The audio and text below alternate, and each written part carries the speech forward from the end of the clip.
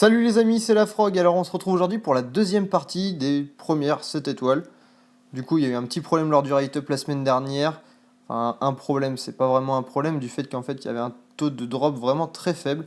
Donc Gumi arrange ça pour le prochain, pour les prochains rate-up. Donc du coup, on aura plus de chances de les invoquer, mais toujours moins que les 6 étoiles bien entendu, vu que ça sera derrière une porte arc-en-ciel.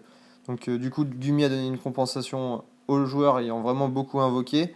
Ça plaît pas spécialement à certains du fait qu'on nous donne les unités. C'est vrai que ça sort un petit peu du principe du jeu qui est de d'invoquer au hasard. Donc c'est vrai que peut-être que la compensation n'est pas vraiment celle attendue, mais c'est le geste qui compte, c'est l'intention qui compte. Donc voilà, merci Gumi quand même. En plus, on a reçu les cadeaux d'Halloween vraiment rapidement, plutôt que prévu. Donc merci pour ça aussi.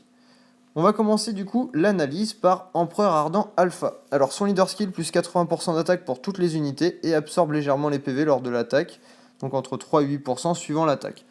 Donc leader skill qui peut être intéressant dans un premier temps, mais ensuite je pense qu'avec les prochaines sorties des 7 étoiles, ça va être un leader skill qui va vite passer à la trappe quand même.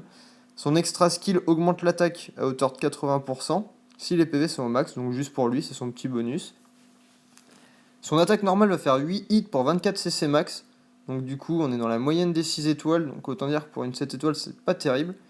Son Brave Burst fait un combo de 15 attaques de feu sur un ennemi, donc à 560%, et récupération progressive d'une grande quantité de PV, donc entre 2000 et 2300 pour tous les alliés pendant 3 tours.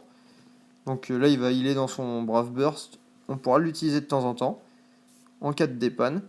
Et on va voir qu'il fait pas du tout pareil dans son Super Brave Burst du coup. Il fait un combo de 18 attaques de feu sur tous les ennemis à 620%, donc il tape vraiment très fort. Et il augmente fortement l'attaque à hauteur de 10% en fonction des PV max. Donc c'est pareil, je sais pas c'est en fonction de combien de pourcentage de PV. J'attends que ça sorte sur le wiki français demain. Donc je mettrai ça sur ma page Facebook pour vraiment voir si c'est un buff attaque qui peut être intéressant. Donc il va faire exactement pareil dans son Ultimate Brave Burst, c'est pour ça que ça m'embêtait aussi un petit peu de ne pas avoir ce chiffre-là. Donc dans son Ultimate Brave Burst, il fait une seule énorme attaque de feu sur tous les ennemis à 1500%, donc là il tape vraiment très fort, et il augmente fortement l'attaque à hauteur de 30% en fonction des PV max pendant 3 tours. Donc voilà, je n'ai pas encore cette petite stat, donc j'attends de la voir et je la foutrai sur ma page demain. On va voir que ces stats sont vraiment orientées attaque, donc vraiment beaucoup de PV, beaucoup d'attaques, et après c'est vrai qu'on redescend vraiment d'une échelle quand on passe à la rec et à la def. Donc c'est pour ça qu'on privilégiera Anima. Après Seigneur, parce qu'il faut quand même essayer de la garder dans cette optique-là, du fait qu'elle tape vraiment très fort. Donc ça peut être intéressant, Seigneur aussi.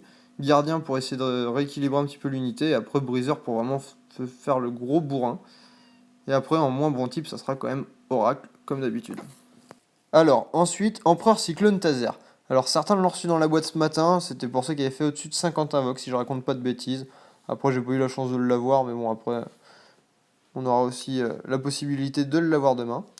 Donc son leader skill, taux d'apparition de CC et de CV amélioré de 15%, donc un petit peu à la Zel Knight, et augmente fortement les dégâts pendant une étincelle à hauteur de 75%.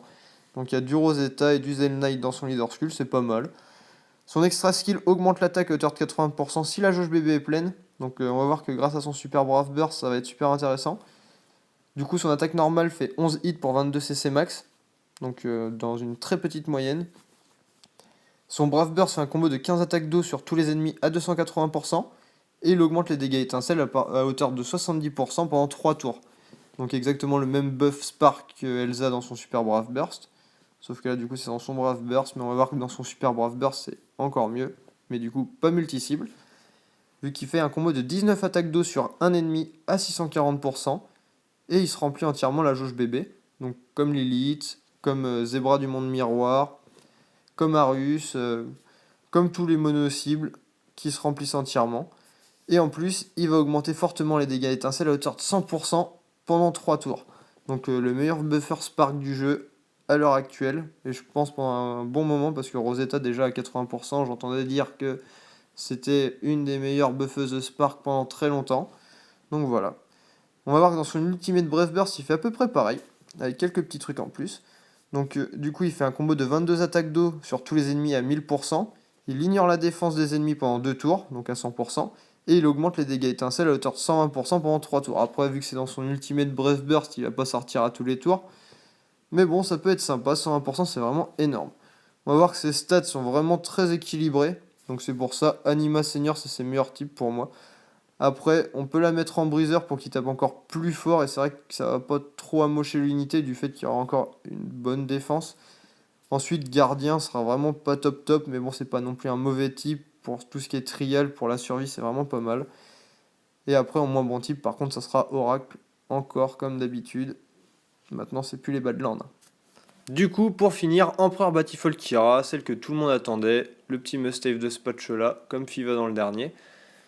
Donc on va voir qu'elle est vraiment sympa. Dans son leader skill, il augmente les dégâts de coups critiques à hauteur de 150%, donc comme Maxwell du Monde Miroir, Cole Coldron ou même Vamberg.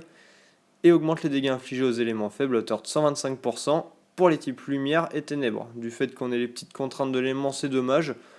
Mais bon, après on l'utilisera son leader skill en circonstance. Donc dans son extra skill, ça ajoute une chance, donc 15% de chance de renvoyer les dégâts subis entre 15 et 25% suivant l'attaque. Donc un petit bonus. Son attaque normale fait 8 hits pour 24 CC max, donc dans la moyenne des 6 étoiles, donc complètement has-been pour une 7 étoiles. Son Brave Burst, combo de 14 attaques de lumière et de ténèbres sur les ennemis à 280%. Il ignore la défense ennemie pendant 2 tours, donc à 100%, et augmente le taux de coup critique à hauteur de 60% pendant 3 tours, donc meilleur buffer critique du jeu avec Cold Drone, Duel SGX et compagnie. Donc un Brave Burst vraiment sympa. Et on va voir que dans son super Brave Burst, du coup, il fait un combo de 17 attaques de lumière et de ténèbres sur tous les ennemis à 500%. Là, il va pas ignorer la défense, mais il va ajouter une chance, donc 30% de chance de réduire l'attaque et la défense à hauteur de 30%. Donc du coup, c'est un debuff. Et ça, c'est sur les ennemis pendant un tour. Donc un petit bonus sympa, mais on n'aura pas spécialement l'utilité dans la team critique en elle-même, du fait qu'on ait envie de tout faire en un tour. Mais sur les teams critiques où ça peut durer un petit peu plus longtemps, ça peut être sympa. Après, il va faire exactement pareil que dans le Brave Burst, il va aussi avoir le taux de coup critique augmenté à hauteur de 60%, donc pendant 3 tours, c'est le bon petit bonus, le top pour une team critique, quoi. On va voir que dans son Ultimate Brave Burst, il fait presque pareil, il va faire un combo de 21 attaques de lumière sur tous les ennemis à 1200%, donc il va vraiment taper fort, il va augmenter l'attaque à hauteur de 200%, donc vraiment pas mal. Et il va aussi augmenter le taux de coup critique à hauteur de 60% pendant 3 tours. Donc un bon Ultimate Brave Burst bien fourni, même si le taux de coup critique est un petit peu décevant du fait que ce soit le même que dans le Brave Burst et Super Brave Burst. Mais bon, c'est pas grave, on va passer dessus quand même. Du coup, on va voir que ces stats sont vachement orientés à attaque, mais que demander de plus de toute façon pour une team critique, vu qu'on l'utilisera vraiment que pour ça. Donc en meilleur type, j'ai mis Anima Senior Bruiser, donc, qui pour moi sont vraiment excellents pour cette unité-là. Après, en moins bon type, Gardien, qui n'est pas non plus mauvais pour équilibrer l'unité, mais du fait qu'on l'utilise en team critique, ça va pas être non plus être top top. Et Oracle sera vraiment son pire type. Bon, je vous conseille vraiment de garder vos gemmes. Par contre, c'est des unités qui sont dispensables. Du fait qu'on ait Cole Drone, c'est vrai que ça reste une bonne alternative à Kira. Si vous avez pas Cole Drone, après essayez d'invoquer. Après, c'est des unités qui seront tout le temps disponibles au portail. On aura aussi sûrement des petits événements à bas coût, genre une invocation, une gemme, deux invocations, deux gemmes. Faut attendre ces petits événements-là, surtout pour les free players.